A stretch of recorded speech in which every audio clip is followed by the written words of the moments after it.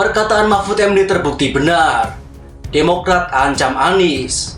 Itu bagian dari perlombaan dari kontestasi politik yang mengatakan ini dijegal, mungkin biar pendukungnya muncul atau mungkin biar yang milih sedikit. Kenapa dijegal? Karena ini tidak ada, kalau pemerintah tidak menjegal. Insting politik Mahfud MD sebagai Menko Polhukam memang tidak bisa diragukan lagi. Dulu sampai sekarang Mahfud MD tidak bisa diperhitungkan. Seperti halnya sekarang, bosan menghadapi gosip politik mengenai Anies Baswedan, Mahfud MD malah memperingatkan Anies untuk berhati-hati dengan koalisinya sendiri. Dan kini semua terbukti. Malah saya katakan kepada dia, kamu harus usahakan di dalam berbagai forum agar koalisi yang mendukung Anies itu kompak, agar Anies dapat tiket gitu, tidak dijegal oleh internalnya sendiri. Kalau pemerintah tidak, persilahkan. Demokrat menyuarakan aspirasi rakyat pro perubahan yang ingin segera mendapatkan kepastian Mas Anies Baswedan bisa berlayar. Kalau capres belum umumkan siapa cawapresnya, publik menganggap belum ada kepastian. Semua sifatnya masih dinamis, tidak ada yang belum pasti, semua belum komplit, jadi masih dinamis. Kami menilai faktor utamanya adalah karena belum dideklarasikannya pasangan atau bacawa pres Mas Anies. Seperti ketua umumnya yang ingusan, partai ini nampaknya makin bertindak kekanak-kanakan. Pasalnya, partai ini mengancam Anies Baswedan jika ketua umumnya tidak dijadikan cawapres Anies di 2024. Sejak awal direncanakan untuk dibentuk, koalisi pengusung Anies Nyapres adalah kubu yang paling ribut, paling gaduh, paling suka nuduh-nuduh. Yang bilangnya acara Anies dihalangi oleh pemerintah daerah lain lah, dilempar telur busuk lah, lalu teriak-teriak kalau Anies dijegal, dihalangi-halangi untuk nyapres, dan lain sebagainya. Padahal, yang curi start kampanye kan Anies, yang sudah safari politik ke berbagai daerah kan Anies duluan. Ketika belum ada satupun bakal capres saingannya, yang bikin-bikin acara ngumpul massa dan iming-iming door prize fantastis Anies duluan kan. Semua acara Anies berjalan lancar kok. Logikanya, kalau memang ada yang mau jegal, pasti tidak mudah bagi Anies untuk kemana-mana, bahkan bikin acara-acara kan. Licik sekali ya cara mainnya. Dia yang sebenarnya curi setar, punya kesempatan yang lebih banyak dan lebih lama untuk berkampanye dengan dirinya sendiri, tapi belakang jadi korban penjegalan, nuduh sana sini. Wah, kebangetan. Akhirnya gemetar juga kan ketika Presiden Jokowi dengan tegas bilang mau cawe-cawe. Tentu saja cawe-cawe ala Presiden Jokowi tidak licik seperti kubu Anies.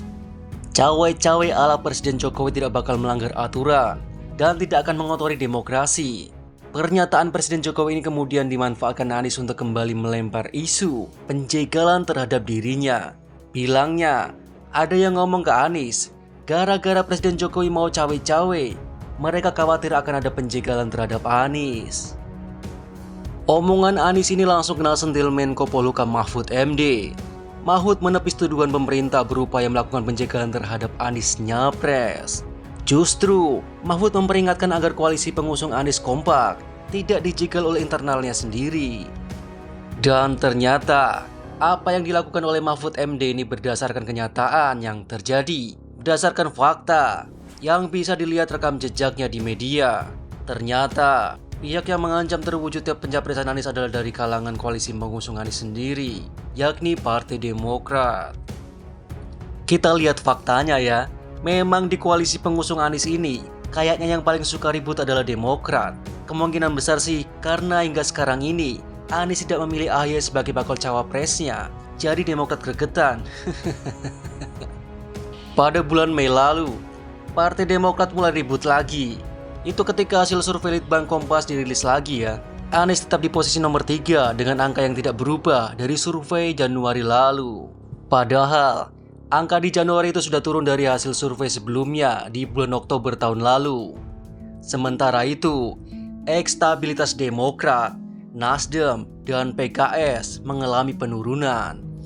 Dibandingkan dengan koalisi partai pengusung capres lainnya, elektabilitas partai koalisi Anies juga berada di posisi yang paling bawah. Pokoknya angkanya jelek banget. Demokrat mungkin meradang melihat kenyataan ini. Menurut Demokrat, penurunan elektabilitas ini karena pasangan Capres-Cawapres Koalisi Perubahan belum dideklarasikan. Oleh sebab itu, Partai Demokrat menyatakan bahwa kalau bulan Juni tidak ada deklarasi Capres-Cawapres, maka Partai Demokrat akan memikirkan opsi lain. Wah, kalem. Tapi ngancem nih. Merasa diancam Demokrat, Partai Nasdem kemudian meradang. Nasdem memperingatkan agar partai-partai koalisi pengusung Anies tidak gaduh. Harus konsisten dukung Anies. Wah, ini namanya partai koalisi gontok-gontokan.